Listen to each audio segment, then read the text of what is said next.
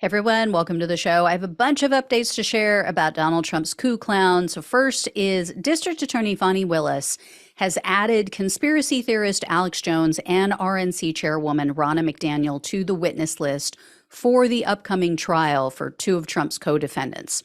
They're asking that Jones testify in the trial in relation to Kenneth Chesebro because they allege that Chesebro was with Jones on January 6th at the U.S. Capitol. The DA's office also said that communication exists between Chesebro, Jones, and others that will show, quote, coordinated efforts to overturn the 2020 election. Now, Jones' attorney told Politico his client tends to resist the subpoena, and if he's forced to testify, he plans to take the fifth. As for Ronna McDaniel, she would also be testifying against Chesebro and sharing information about her communication with Trump that pertains to the fake electors plot.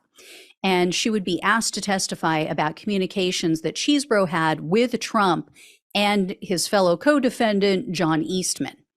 The DA is also asking that the former chairman of the Wisconsin Republican Party also testify against Chesebro. His name is Andrew Hitt, and he allegedly attended meetings with Chesebro. Hitt previously testified before the January 6th Select Committee, and he told them, quote, Mr. Chesebro was involved pretty extensively in Wisconsin. He was really the one that was sort of guiding this whole process and had come up with the strategy and kind of laid it out. Meanwhile, Chesebro is still trying to get the judge to exclude his fake elector memo from evidence that, claiming that he has attorney-client privilege that protects his work product. The DA's office argued that Chesebro has, number one, failed to prove that he was acting as an attorney for Trump. And even if he had, they say the crime fraud exception would apply because they were allegedly committing crimes with this fake elector scheme. The prosecutor also pointed out that Chesebro shared his memo with people who had nothing to do with the Trump campaign's legal team. So if it was attorney-client privileged information, he couldn't do that. So it automatically makes it not attorney-client privilege. Chesebro and Powell's attorneys are also still trying to get the entire case tossed, and they're arguing that the RICO charge doesn't apply to them because the statute requires that the prosecutor has to prove two elements: financial gain and physical threat or harm. Well, the DA's office said that the argument isn't relevant, number one, because there's a previous amendment that was made to the Georgia RICO statute. And they said that even if it was relevant, the prosecutor said Trump stood to benefit financially by remaining in the White House. And so there's your financial motive. And then on top of that, election workers Ruby Freeman and Shay Moss were threatened by some of the defendants in this case. In fact, as we all know, they were so terrified they had to leave their homes. So we'll see where the judge comes down on these issues. And then Sidney Powell really better pray that she can get this case tossed because her former ally and former attorney Lynn Wood was just down in Georgia spilling the tea. Wood, as I previously mentioned, has turned on Powell, and he just posted on Telegram saying that the DA had follow-up questions for him about Powell and also Mike Flynn. Wood also wrote, quote, I can only assume that if I am called as a witness at the Powell criminal trial, my testimony will relate to the visit where I extended hospitality to Flynn and Powell at their request. I was not working with them. No good deed goes unpunished. But thereafter lived and learned about Powell and Flynn and have nothing to hide. Whatever happened to the Kraken? 3 question marks. And I think the saddest thing I've ever heard so far about one of Trump's alleged coup clowns is this. Pastor Stephen Lee, who's accused of taking part in that pressure campaign against election worker Ruby Freeman, he is now selling MAGA honey to raise money for his legal fees. Yes, I said MAGA honey is exactly as it sounds. It is raw honey in bottles that are shaped like Donald Trump.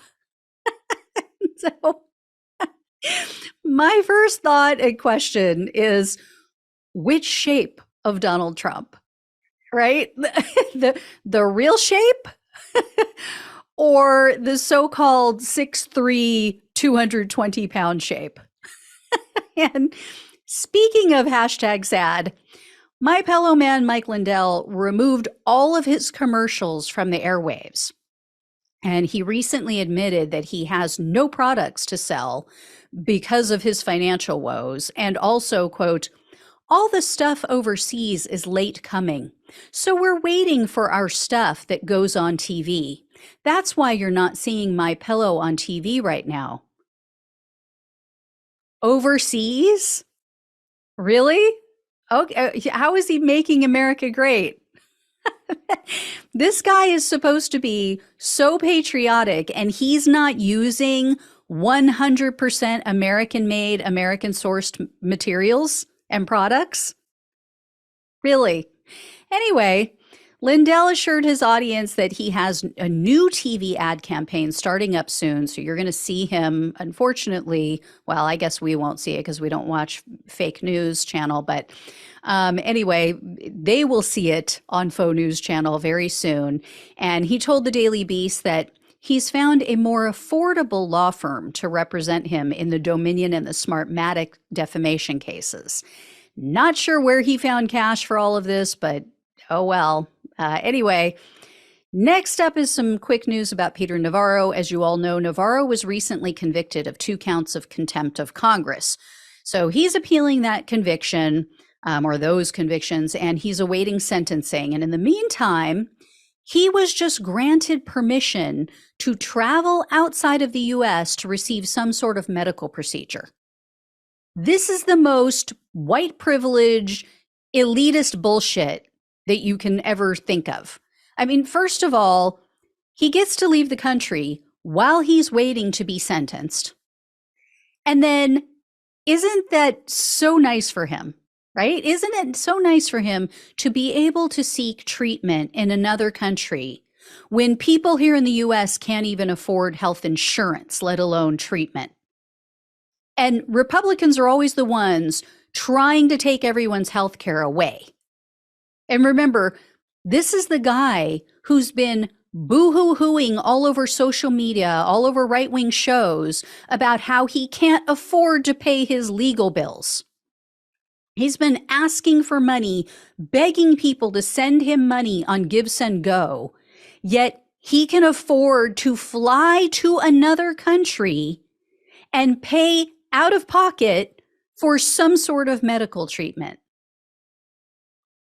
God, I don't know how MAGA does not understand how they're getting ripped off day in and day out. These people are such grifters. All they do is cry and whine about how broke they are and how they need help. And then they go off spending money on things that no average person could ever afford. Unbelievable. Anyway, I'll let you all know when I hear more. Thank you so much for watching and listening. Please like, share, and subscribe. Please donate if you possibly can. Love you all. Take care. Talk with you soon.